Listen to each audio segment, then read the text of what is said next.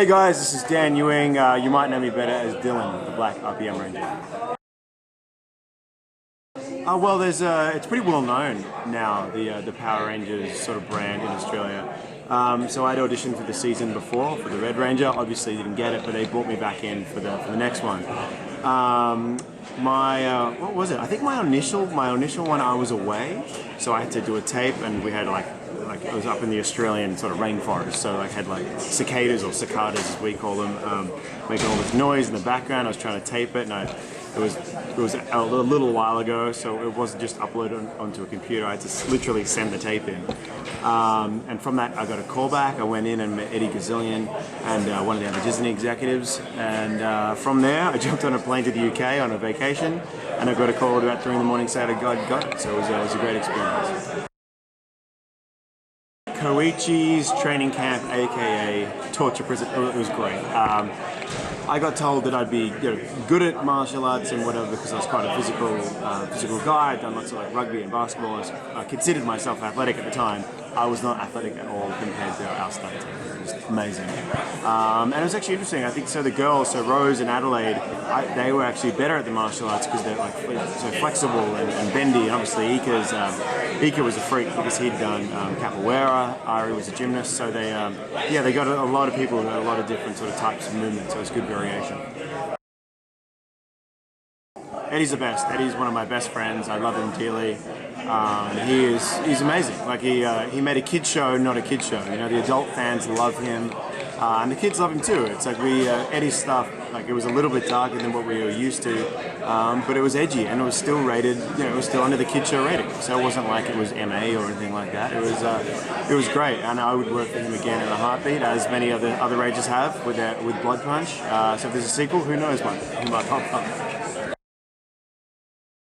I mean, it's no secret that like we all loved Eddie and what he brought to the show, and we were very against him leaving, especially because it wasn't his choice. And they brought in Chip, who was very different, and Chip's he's a bit more, I don't know how to say it. It's not the cliche Power Rangers, but it's the Power Rangers people are used to. A bit more cheesy. That's just the kind of writer he is, and the kind of guy he is. So it's not, he came in and did the very best job he could. I think the actors kind of did their best to adapt. But yeah, look, it was unfortunate Eddie left, but that's the business, I suppose. Unfortunately, and it's a shame that Disney didn't listen to the fans. I think it would be great to have Eddie finish the series. I think it's great. I think Disney didn't want the brand. When we came on board, there's a big push for their new show Aaron Stone, which bombed and no one ever saw it again. But they were putting all their money into that, and so it's kind of nice for our little show, who they didn't really care about apart from Eddie, to really go in and we kicked their ass pretty much. It was a great feeling because we didn't get a lot of help, and not a lot of promotion. There was no merchandise or anything like that for our show, but the fans loved our series, and we have a lot of pride in that because this is a very competitive market, this entertainment industry, and to get no promotional help, it's almost suicide. So I think it was it was one of those, well, if they're not going to help us, we'll do it ourselves sort of thing. And we took a lot of pride in our performance and our character work, and it really showed. So it'd be really great. I'm so happy that Saban brought it back and saw the worth in the brand. So now it's like, well, Disney, you had a great opportunity. And Disney is a great brand, and they've got a lot of great properties, but for Power Rangers, they just didn't really see it. They just didn't really hold a lot of stock in it, that's their choice. But I'm really glad that Saban has taken it back, and I hope Saban adds a bit of edge to it, and his people, but his team seems great. Everyone I've spoken to thinks they're doing a great job, and I hope they keep it in New Zealand and Australia, because it's a really good thing to have down there for the Australian and New Zealand film industry. It's a really good sort of snapshot, so to say, into the US industry. But yeah, I hope they keep it, and I sure hope Dillon makes a return into a Saban version. That'd be very cool. My favorite episode to film in Power Rangers RPM, I think the Dillon flashback episode was quite cool. We did just a little flashback to the sort of town with Adelaide and I, and you get to see Dillon kind of nerdy with her hair all combed over and lots of stuff, and it was sort of pre-badass kind of Dillon. So I think overall that was nice for a character thing. But I think that the first episodes, the first 3 episodes, were just great because I think everyone knew that when we were doing it, and the crew was saying this is not like what we've worked on before. So I think everyone knew we were doing something special. Because nothing says covert like red, yellow, and blue sparkles. I think it's great. I mean, conventions aren't as popular in Australia. I've done one. But I think it's great. I mean, and it doesn't matter if it's Comic-Con or YesToCon or Ranger Stop or whatever. It's a really good opportunity to come out and meet the fans and talk to people. When it's a little bit quieter, it's great because you can really have a great one-on-one conversation. They can ask as many questions as they want. At the busier ones, it's also good because it means that the show's, it's got lots of popularity. So there's positives to both. When you're exhausted, it's probably good to have a quiet one because you can just sit there and relax. But I will definitely be doing more. If I'm available, I will make sure that I'm going to get to every convention I possibly can. If I'm not filming, I'll be doing them. How much input did you have in your character, Dillon? I think Eddie and I had a really clear vision of what we wanted to do with Dillon. Certainly Eddie did as well. So he gave me lots of movie references to help me out, and I find that was just so helpful. So little things like little dialogue changes, and obviously when Eddie was involved, he was like very helpful, that sort of stuff. And the directors were great. So I never met great resistance for wanting to change anything. I mean, obviously I respected the fact that we were on a show that young people would watch too. So it wasn't like I was throwing in any shit or Fs or anything else. It's you got to respect the younger audience because first and foremost it is a younger audience show. But it was great. I had a lot of input, and again, I can't thank the production team enough for letting me create. If you could change anything about Dillon, what would you change? His hair.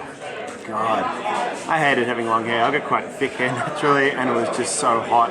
Having a leather jacket and a sweater too, so I was just a mess half the time. I would have loved to have cut his hair, that's for sure. Everything else was pretty great, pretty good fun too, yeah. But you compare Power Rangers with your other roles? Power Rangers with my other role. Well, obviously the spandex probably doesn't kick in. I mean, I have done like the bad boy thing. I've done that again with Home and Away. Obviously there was no rubber monsters to sort of spinning heel kick on the beach in Summer Bay, but there's a lot of similarities in there too. It's like saying, like, not over speaking. I find there's a lot of those sort of American lead male parts that they just say everything. It's like, and realistically, men don't quite talk like that. So it's nice to. There's an edge of realism there with a Dillon or a Heath Braxton that I had in on Home and Away. It's less is more. Men throw humor and. Throw humor at things before they get emotional, So I think in TV sometimes it feminizes males, which is not necessarily a bad thing, but a lot of men struggle to resonate with that. So I think those sorts of bad boy characters are a bit easier to, for men to kind of resonate with them. Yeah. Were you pleased with the way Power Rangers RPM ended?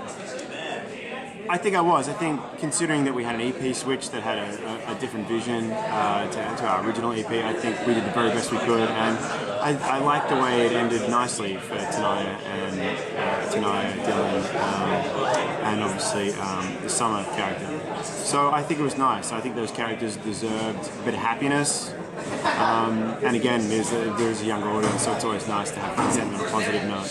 So yeah, I think it was cool. I mean, and obviously in real life, Olivia and Milo got married, so that's the best thing ever. That's like I can't express how happy I am that happened. So we're eternally grateful for Eddie bringing us all together because we're all like friends to this day. I spoke to Ika yesterday. I spoke to Ari literally this morning. I speak to Ludmilla on Skype often, and I see Rose and Adelaide when they're in town. So it's great. I mean, I think you'd be hard pressed to find a group of Rangers that got on as well as we did. If you could return to Power Rangers, would you? Definitely, I would definitely return to Power Rangers. I think now I've got a little boy now, so I think I'd be even more inclined to do that. I would like to see it. I mean, look, obviously I'm biased to the edgier sort of the way RPM was done. I just think. I think for that bit of realism, and kids have got mobile phones and credit cards these days. I just think, I think the old school stuff kind of doesn't play as much anymore. I think you just gotta keep it edgy and keep it real. You can say a kids show, you can say under the rating, But I think that RPM tone, RPM flavor is something really cool that all the fans could like. Obviously there's the adult fans, but then you got to remember there's the teenage boys. And if you want to hold on to them a bit longer, I think you got to keep that edge. I think you can be. I think you can push them away a little because they always want to be cool. You know what I mean? They want to do what the older kids are doing. So I think if you make it too cheesy, I think you'll lose them early. So why not just make it that little bit more edgy and keep them for longer? Bigger fan base. There's nothing wrong with that. I would definitely reprise my role of Dillon. Sure. If you could pick any other color Ranger to be, which color would you pick? I think my natural instinct, I know everyone says red, I think because I'm the captain of my basketball team and all that sort of stuff, I would like to see Dillon, so to keep saying character, I'd like to see Dillon being made the Red Ranger, so he's forced to lead as opposed to his natural sort of instinct of being a bit sort of bad boyish and standoffish. I think that'd be a very interesting thing, to force him into that leadership role would be very interesting. On behalf of myself and the Rangers, who you may not have met from my series, just a huge thank you. We certainly felt the love and support. As I said, we didn't get a lot of help, and there's no secret in that. We didn't get a lot of help from the network, so the fan love was just incredible. And when our series first started coming out, Twitter was quite new, and Facebook was, it was around, but it wasn't as big as it is now. Just the love we felt from the fans and the support, it was just amazing. We knew the kids would like it, but the adult fan base, to really connect with them as much as we did, we certainly appreciate the feedback, good or bad. I'm fine if people don't like it. I'm fine if people thought it was too edgy, and that's great. Because that's their opinion, and that's the best thing about humanity. Everyone's entitled to something. Everyone's entitled to an opinion. Just an overwhelming thank you, and that's why I'm here today. I would have loved to have gone to cons much earlier, but I just haven't had time. So I really wanted to make sure, while I've got the time now, to come and do these, to meet as many great fans as possible.